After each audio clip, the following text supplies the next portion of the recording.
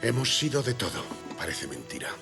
Separatistas, independentistas, soberanistas, asociacionistas. Bueno, al principio empezamos siendo existencialistas. Leímos a Sartre y a Camus. Luego leímos a Franz Fanon y nos volvimos anticolonialistas. Entonces leímos a Marcuse y nos hicimos marxistas. Marxistas, leninistas. Trotskistas. Maoístas. Después leímos a Solzhenitsyn, cambiamos de idea, nos hicimos estructuralistas. Situacionistas.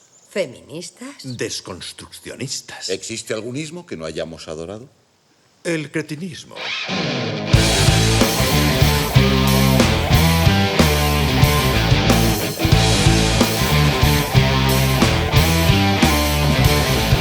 Ya son 5, fin de la jornada. Sales a la calle y sientes como vueles, ingrávido y alto sobre les aceres, como si el cuerpo no pesara nada. Oyes otras voces, ves cares nueves, tienes na mano el universo entero, dando un brinco para estar cerca del cielo. Sabes que el sol y en otra tarde vete.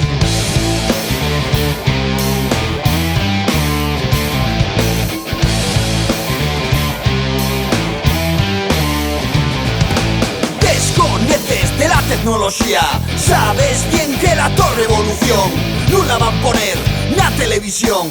Danos pies la tu fuente de energía. Fai una foguera con la prensa del día, pa quemar el filo que trata el fracaso. Este es el momento de pedir paso. Ahora va a ser tú, l'último que guía. Grita, delante del precipicio. Grita, grita, delante del precipicio. Grita, grita, delante del precipicio. Grita,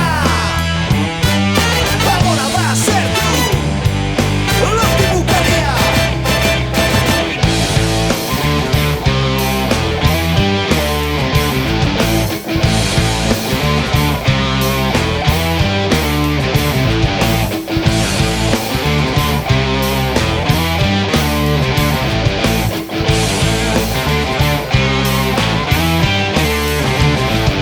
Camines bailando, una de los madnes, dando reblagos, fuiste a matar al YouTube. Namores de 10 veces per minuto, grites al mundo, nadie va a pararme. Fai una foguera con la prensa del día, pa quemar el filo que trata el fracaso. Este es el momento de pedir paso. Ahora va a ser tú, l'último que ría.